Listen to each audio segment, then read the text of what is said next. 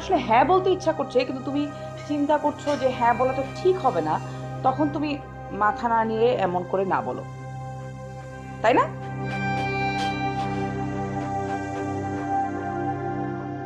আরো বোঝাচ্ছি। এই যে ধরো তুমি যখন এলে, আমি তোমাকে জিজ্ঞেস করলাম কিছু বলবে, তুমি মাথা নাড়িয়ে না বললে, তার মানে তুমি আমাকে কিছু বলতে চাও। এটা কনফার্ম করার জন্য আমি তোমাকে ইচ্ছে করে জিজ্ঞেস করলাম যে তোমার কি শরীর খারাপ। সাথে সাথে তুমি আমাকে কি বললে? জি না। কারণ এই বিষয়ে তুমি কনফিডেন্ট। ঠিক বলিনি? আপু, শুধু পড়ালেখা করেই মানুষের মনে সব কথা বোঝা যায়? অনেকটা এরকমই। আচ্ছা যাই হোক, ওসব কথা বাদ দাও। তুমি আমাকে কি বলতে চাচ্ছিলে সেটা বলো। ও আপু, সকালে গার্ডকে বলে গিয়েছিলেন যে আপনি না আসা পর্যন্ত স্যার যেন বাইরে না যায়।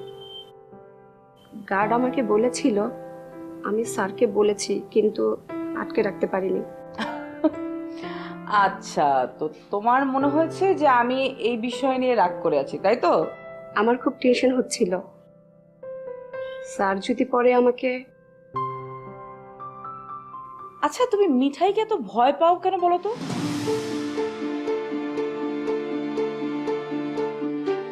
মিঠাই কি কখনো তোমাকে...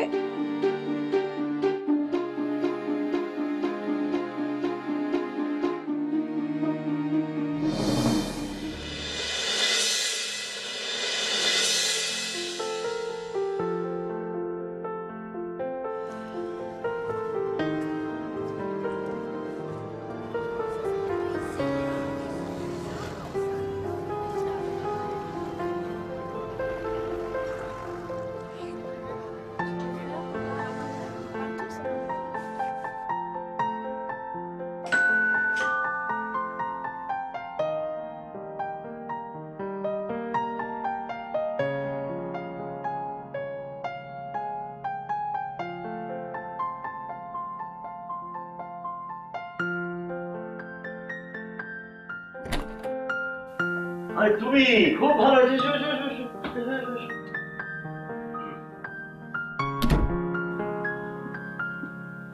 এই নতুন পোশাকেও কিন্তু আপনাকে ভালো মানিয়েছে।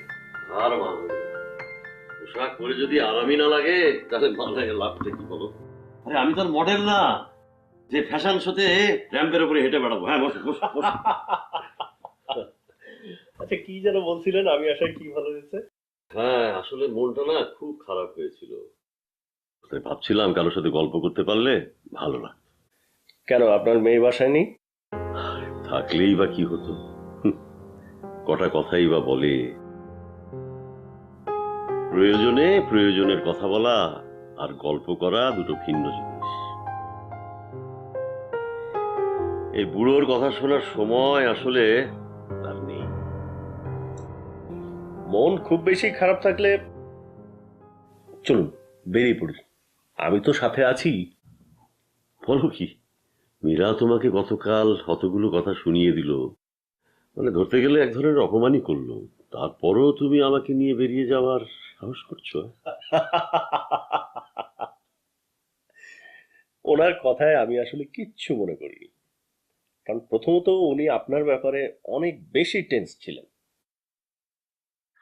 আর দ্বিতীয়ত হচ্ছে দ্বিতীয়ত? দ্বিতীয় কারণটা কি?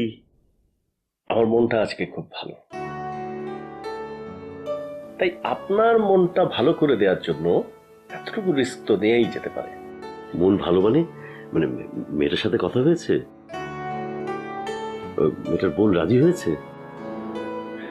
ওর দুলাভাই আজকে আমাকে ডেকেছিল। তারপর তারপর ডেকে কি বললো? কালকে আমাদের বিয়ে।